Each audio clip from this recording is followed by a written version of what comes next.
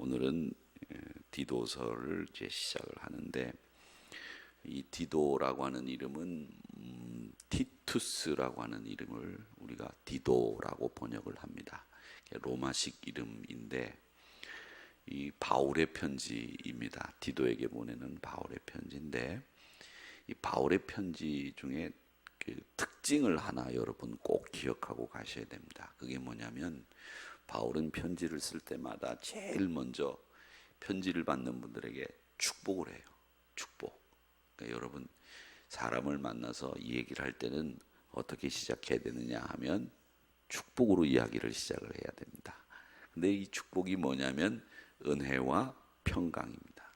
조금 하나 더 축복을 더 빌면 은혜와 평강과 긍휼, 이 세 가지를 늘 빌어요. 그래서 고린도전서 1장 2절도 그렇고 고린도후서 1장 3절도 그렇고 그 바울이 쓴 편지 내용 시작을 보면 먼저 축복을 빕니다. 은혜와 평강이 있을지어다, 이렇게 이야기를 합니다. 그러니까 여러분도 편지를 쓸 때 혹은 사람들을 만날 때 은혜와 평강이 있을지어다, 이렇게 축복을 하고 시작을 하시면 좋겠습니다. 그 축복의 순서가 은혜가 있으면 평강이 있고, 평강이 있으면 하나님의 긍휼하심이 있기 때문에 그것도 신학적으로도 순서가 정확하게 맞아요. 그래서 은혜와 평강과 긍휼이라고 하는 말을 꼭 한다. 오늘도 여기 말씀해 보니까 뭐라고 얘기를 합니까?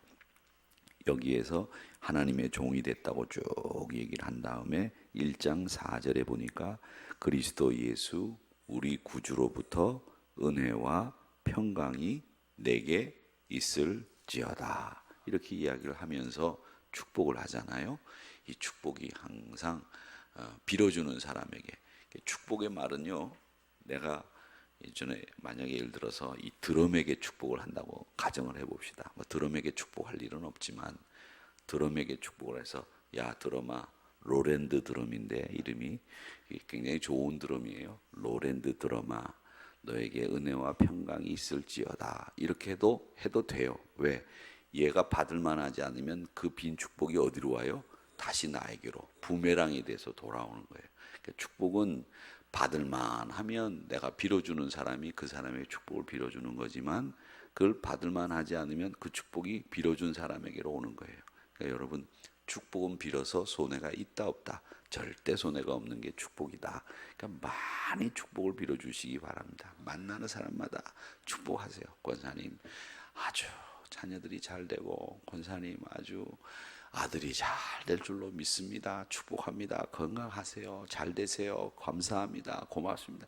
이런 축복의 말은 해도 듣고 또 들어도 질리지가 않아요. 질리지가 않아. 아무리 맛있는 고기를 먹어도 많이 먹으면 질리잖아요. 그렇죠? 질리지 않는 고기가 있는데 그게 개고기예요. 개고기 하나만 질리지 않는데, 개고기 하니까 인상 쓰시는데, 목사님 아침부터 개고기 먹고 여러분, 제가 말씀드리려고 하는 얘기는 뭐냐? 축복의 말은 질리지가 않는다. 그러니까 많이 축복해 주시기 바랍니다. 그렇게 해서 여러분의 삶이 축복의 은혜 속에 거하시기를 축원합니다. 자, 디도는 바울 곁에 많이 있었던 사람 중에 한 사람인데, 이 디도는 바울 곁에 있었던 그 사람들 중에서 아주 중요한 사람이었습니다. 왜냐하면 바울 곁에는 유대인들이 주로 많이 있었는데, 바울 곁에 이 디도는 유대인이 아닙니다. 이방인입니다. 그리스 문화에 푹 젖어 있었던, 최초로 그리스도인이라고 불렸던 교회가 안디옥 교회 교인들이잖아요. 그 다음에 최초로 선교사를 바울과 바나바를 파송했던 교회가 안디옥 교회였는데, 이 디도가 안디옥 사람입니다. 그러니까 안디옥 사람이고 헬라 문화에 푹 젖어 있는 사람인데, 바울이 전도해서 예수를 영접한 사람인데, 그래서 바울이 이 디도를 참 아들이다, 그렇게 이야기를 하는 이유는 바울의 전도로 말미암아 예수를 믿었기 때문에 그렇습니다.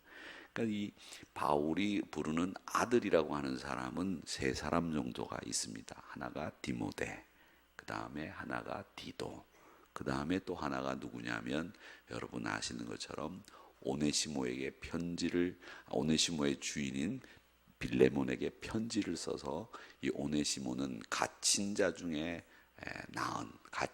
낳은 아들이다 얘기했던 그 오네시모 이런 사람들이 바울이 이야기하는 믿음의 아들이라고 하는 사람들인데 그 중에 하나가 이 디도입니다. 그래서 이 디도서 1장 4절에 보니까 뭐라고 얘기하느냐면 디도를 나의 참 아들 된 디도라고 그랬습니다. 그러니까 디모데도 아들이라고는 했지만 참 아들이라는 말은 안 했거든요. 근데 이 디도는 참 아들이라고 그렇게 이야기를 하는 걸 보니까 이 바울이 디도를 상당히 많이 사랑했던 모양입니다. 디모데전서 2장 1절에 보면 디모데에게도 그런 이야기를 하긴 합니다만은 이 참 아들이라고 하는 디도는 어떤 사람이냐라고 하는 것을 여러분 아시면 되는데, 이 디도에 대해서는 성경에 조금 앞으로 거슬러 올라가면 갈라디아서라고 하는 편지가 있습니다. 그 갈라디아서라고 하는 편지는 지금은 이제 신학자들이, 예전에는 저희들이 신앙생활 할 때는 갈라디아서 그러면 그것도 바울이 쓴 편지다 이렇게 배웠는데, 지금 이제 신학자들은 갈라디아서는 바울이 아무래도 안 쓴 것 같습니다, 목사님, 그렇게 얘기하는 편지 중에 하나입니다. 그런데 편지를 읽어보면 갈라디아서도 바울이 쓴 것처럼 흉내는 내는데 결정적일 때 가서 보면 이 갈라디아서는 바울이 쓴 것 같지 않아요 하는 이 편지가 갈라디아서입니다. 근데 그 갈라디아서 2장 1절에 보면 이렇게 얘기합니다. 14년 후에 내가 바나바와 함께 디도를 데리고 다시 예루살렘으로 올라갔다, 이런 말이 나와요.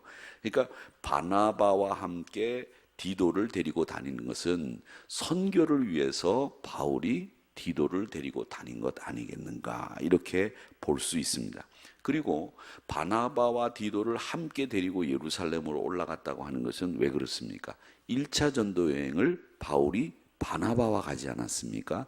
그러니까 바나바를 데리고 예루살렘으로 올라갔다라고 하는 말은 선교지를 어떻게 정할 것이냐, 어떤 선교 일정을 가지고 우리가 선교를 할 거냐, 이런 것을 상의하기 위해서 바나바와 디도를 데리고 갔겠구나, 이렇게 생각할 수 있습니다. 또 하나, 이 갈라디아서 2장 1절에 바울과 디도를 데리고 갔다라고 하는 말은 예루살렘 교회 지도자들이 이미 이제 생겼어요. 야고보를 중심으로 해서 예루살렘 교회 지도자들이 생기니까 그 지도자들에게 선교하고 있는 바나바와 디도를 데리고 올라가서 보여주시기 위해서 바울과 디도를 데리고 가지 않았겠는가, 이런 생각을 할 수 있습니다.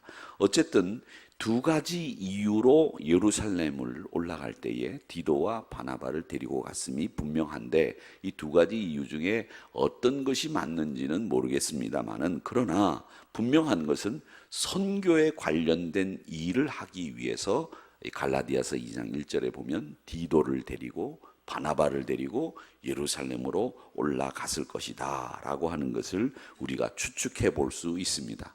그 다음에 또 하나 우리가 생각해 볼 것은 이 디도와 관련돼서 생각해야 될 아주 중요한 게 하나 있습니다. 그게 뭐냐면 이 디도가 할례를 받았습니다. 근데 조금 전에 제가 설교를 시작할 때 디도는 어떤 사람이라고 그랬죠? 안디옥 사람이라고 말씀을 드렸습니다.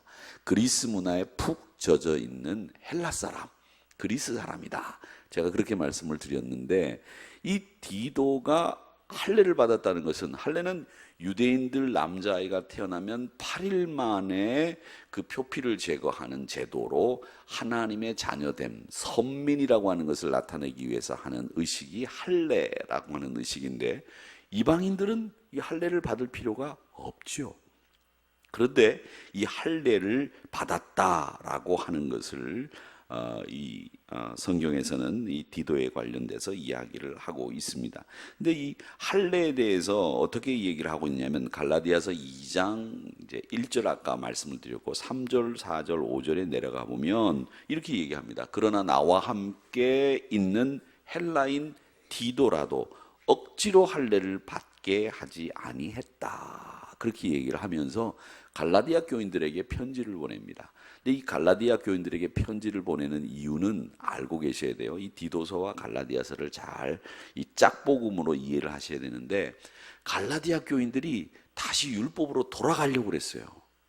갈라디아 지역에 있는 교회들이 다시 복음으로 자기들이 구원받았음이 분명한데도 어디로 돌아가려고요? 율법으로 돌아가려고 그런단 말이에요. 그러니까 바울 사도가 갈라디아 지역에 있는 교인들에게 편지를 쓴 거예요. 야! 이놈 자식들아, 니네들이, 제가 어저께부터 욕을 많이 하는데, 이놈 자식들아, 니네들이 어떻게 다시 율법으로 돌아가려고 그러느냐? 복음을 가지고 살았는데 복음으로 살아야지 율법이 말이 되냐? 그러면서 얘기하는 거예요. 2장 3절 4절 5절에 내가 디도도 할례를 억지로 받으려고 한 거 아니다, 지가 자원해서 받았다, 그렇게 이야기를 갈라디아서 2장 3절에서 하고 있습니다. 그러니까 이 말씀은 우리가 두 가지 해석이 가능해요. 하나는 뭐냐면, 할례는 유대인들만 받는 것이지 이방인들 받을 필요가 없다라고 하는 것이 벌써 초대교회에 정착이 된 거예요. 왜냐하면 예루살렘 회의에서 우리가 이방인이라도 그 사람이 기독교인인 것을 인정하는 건 뭐냐 하면, 피를 먹지 않을 거, 목매어 죽인 음식 먹지 않을 거, 간음하지 않을 거, 그런 것들을 정했잖아요. 그렇기 때문에 이 할례를 받지 않아도 되는데도 불구하고 억지로 할례 받지 아니했다라고 하는 말을 했다라고 하는 것은 뭐냐면, 이미 기독교 교회, 초대교회 안에서는 할례가 예수 믿는데 필요 없다고 하는 것을 인정하고 정착되었다라고 하는 겁니다. 근데 또 반대로 얘기할 수도 있습니다. 반대로 얘기하는 것은 뭐냐면, 아무래도 초대교회라도 유대 전통이 남아있기 때문에 할례를 받으면 더 완벽하게 구원을 받았다라고 하는 자기 자부심이나 이런 것들을 위해서 그저 할례를 받아도 용인하는 분위기도 있었다라고 해석을 할 수 있습니다. 그런데 이 이야기가 어떤 게 맞는지 우리도 추측하는 것일 뿐입니다. 분명한 것은 뭐냐면, 디도가 예수님의 제자 되고 바울의 제자 되어서 복음을 전하기 위해서 사명감을 가지고 헌신했다라고 하는 것만큼은 분명하다라고 하는 것을 우리가 볼 수 있습니다. 또 하나 우리가 디도에 관련돼서 볼 수 있는 말씀이 고린도 후서에 또 나와요. 고린도 후서 2장 4절에 나오는데, 이 고린도 교회는 여러분 신약 성경을 읽을 때마다 이 고린도 교회는 참 문제 많은 교회이기 때문에 고린도 교회에 대해서 여러분 머릿속에 늘 가지고 계셔야 이 편지들을 읽는데 무리가 없이 잘 이해가 됩니다. 왜냐하면 바울과 고린도 교회의 관계는, 바울이 고린도 교회를 세웠으면서도 불구하고 나중에 바울이 떠난 이후에 고린도 교회가 패가 나눠졌잖아요. 네 파로 나눠졌다고 말씀드렸죠. 네 파로 나눴어요. 꼭 우리 지금 줄이 네 줄 있잖아요. 네 줄 있듯이 그리스도파, 제일 먼저 그리스도파는 나중에 하고요. 맨 먼저 바울파, 여기는 바울파예요. 바울파. 그 다음에 여기는 게바파. 그 다음에 여기는 아볼로파. 아볼로파. 그 다음엔 아볼로다. 우리는 그리스도파다. 그래서 이렇게 게바, 바울파, 게바파, 아볼로파, 그리스도파. 꼭 기억해 두세요. 파가 네 파예요. 한 파도 다스리기가 힘든데 파가 네 파니까 교회에서 매일 싸우는 거지 뭐. 얼마나 많이 싸웠겠어요. 우리는 독립문에서 온다 말이지. 뭔 소리냐, 우리는 성남에서 온다 말이지. 우리는 어디서 오냐, 수서에서 온다. 아니다, 우린 중국동에서 온다 말이지. 이러면서 싸우는 거예요. 그러니까 뭐 버스를 배정하는데 중국동에다 먼저 배정을 하지 말이지. 아니지, 성남이 교통이 얼마나 불편한데 말이지. 무슨 소리냐 말이지. 지금 버스가 다니는 길이 어디 남부 순환로로 다닌다 말이야. 이러면서 싸우는 거예요. 이게 싸울 일이에요? 아니잖아요. 제가 지금 말씀드린 이유는 교회 안에서 싸우는 일들은 거의 대부분 싸울 일이 아니에요. 대부분 거의 넘어가도 되는 일 가지고 머리를 뜯어가면서 싸운다고요. 그렇게 파가 네 파가 있었어요. 그런데다가 결정적인 문제가 하나 있었어요. 그게 뭐냐? 바울을 사도라고 인정하지 않는 거예요. 고린도 교인들이. 자기네들이 바울 때문에 교회가 세워지고 예수를 영접했으면서도 나중에는 머리가 크니까 뭐라 그러냐 하면, 야, 바울이 뭐 12사도 중에 그 이름이나 있어. 아이고, 나중에 유다가 죽고 난데 마띠아가 들어갔지 뭐. 마띠아가 제자지 뭐. 바울이 무슨 제자야. 제자 증명서 갖고 와봐. 이런 식으로 고린도 교인들이 얘기하는 거예요. 그러니까 바울이 이렇게 들어보니까 자기를 좋아하는 거 아닌, 좋아하지 않는 것 같거든.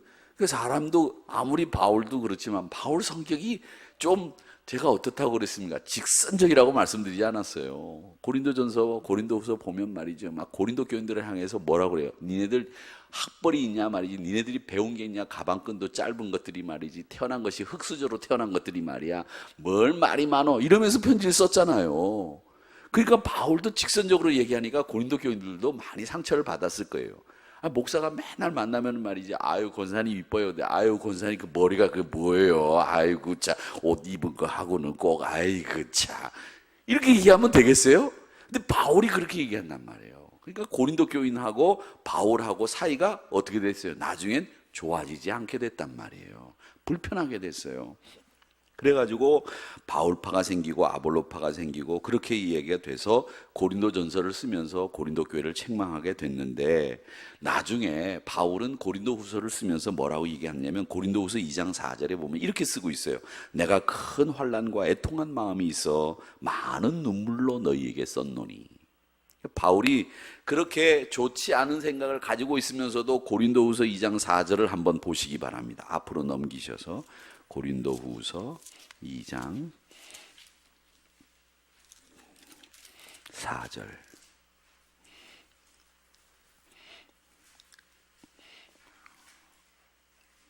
애통함을 눌림으로 바꿨죠. 고린도후서 2장 4절.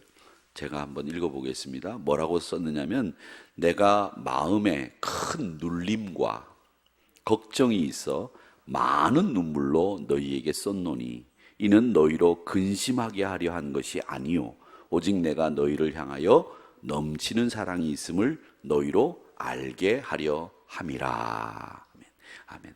그러니까 이 말을 한 이유는 뭐냐면 고린도 교인들에게 많이 야단을 친 거예요. 근데 야단을 친 게 너희를 사랑하는 까닭에 한 거다. 그러니 너희들 눈물로 내가 편지를 쓰는 것을 이해하고 내 권면을 받고, 그렇게 개바파다, 아볼로파다, 바울파다, 그리스도파다 나누지 말고 교회가 하나 되어야 된다라고 하는 것을 이야기를 하고 있습니다.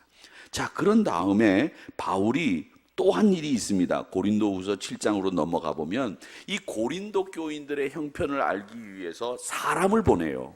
고린도 교인들에게 사람을 보내는데 누구를 보내느냐 하면 디도를 보냅니다. 그러면서 이 디도로부터 바울 사도가 고린도 교회의 형편을 듣게 된다라고 하는 것을 알 수 있습니다. 그래서 이 바울이, 자, 7장 6절 한번 찾아볼까요? 고린도후서. 아까 찾으셨죠?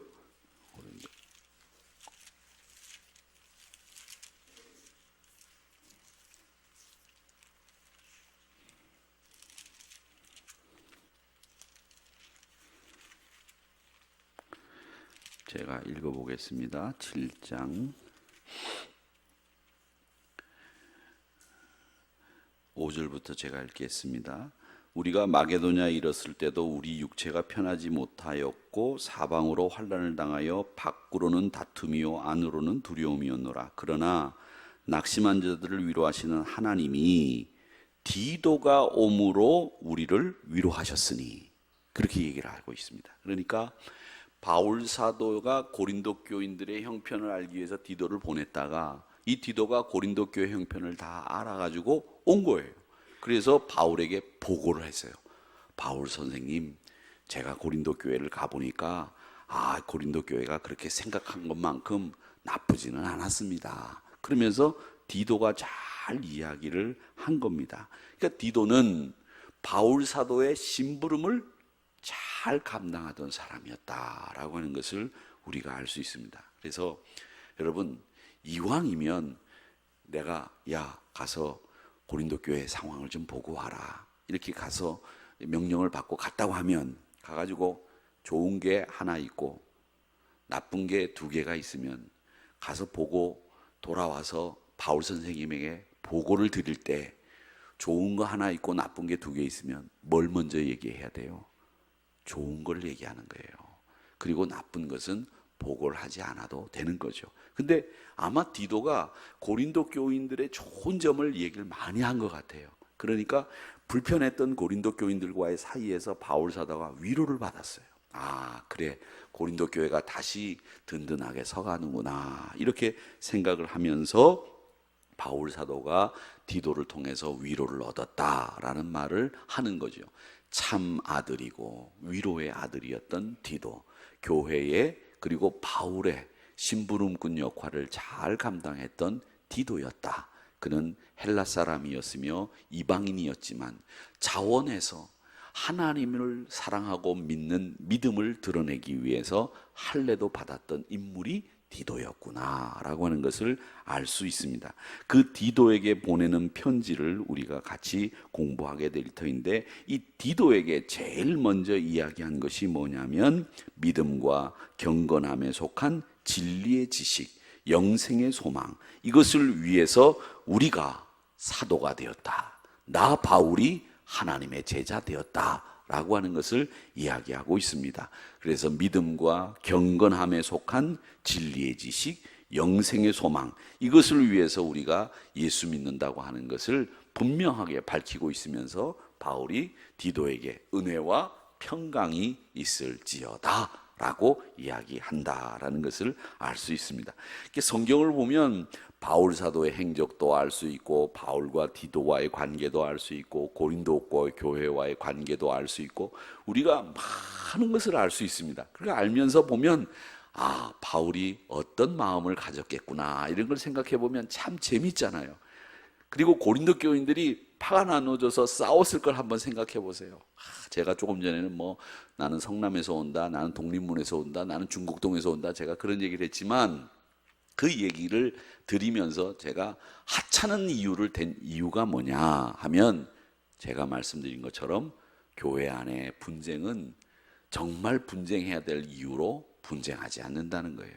그게 문제예요. 여러분, 인간적인 거 가지고 교회가 의견이 대립돼서는 안 돼요. 교회가 정말 중요하게 생각하는 것은, 서로 치열하게 얘기해야 될 것은 뭐냐?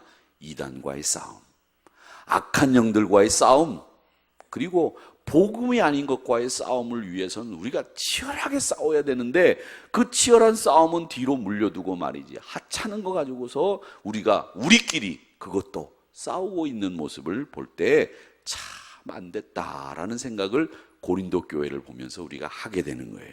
그러니까 우리가 싸울 싸움은 뭐냐? 공중의 권세 잡은 자들과 우리의 육과 그리고 이단들과 싸워야 되는 겁니다. 그러니까 싸울 대상을 분명히 알아야 돼요. 아니 싸운 연습을 많이 하고 힘이 이렇게 장사 같은 사람이 초등학생 데리고 싸우면 되겠어요? 안 되겠죠? 우리가 막 힘이 이만큼 있으면은 나보다 힘센 말이지 이만기하고 강호동하고 싸워야지. 아니 조그만한 고등학생이나 초등학생들하고 싸우면, 고등학생은 안 되고, 고등학생은 내가 맞을 수도 있으니까 초등학생하고 싸우면 되겠어요? 그게 그런 꼴이에요. 지금 고린도 교회가 그런 꼴이란 말이죠. 그러니까 우리 믿음의 사람들은 항상 우리가 싸울 대상이 누구냐라고 하는 것을 알고 있어야 돼요. 그리고 고린도 교회를 통해서 이 디도가 어떤 사람이라고 하는 것을 알게 되었으니, 이 디도를 통해서 우리의 바른 신앙을 굳건히 세워나가시는 저와 여러분이 되시기를 주님의 이름으로 축원합니다.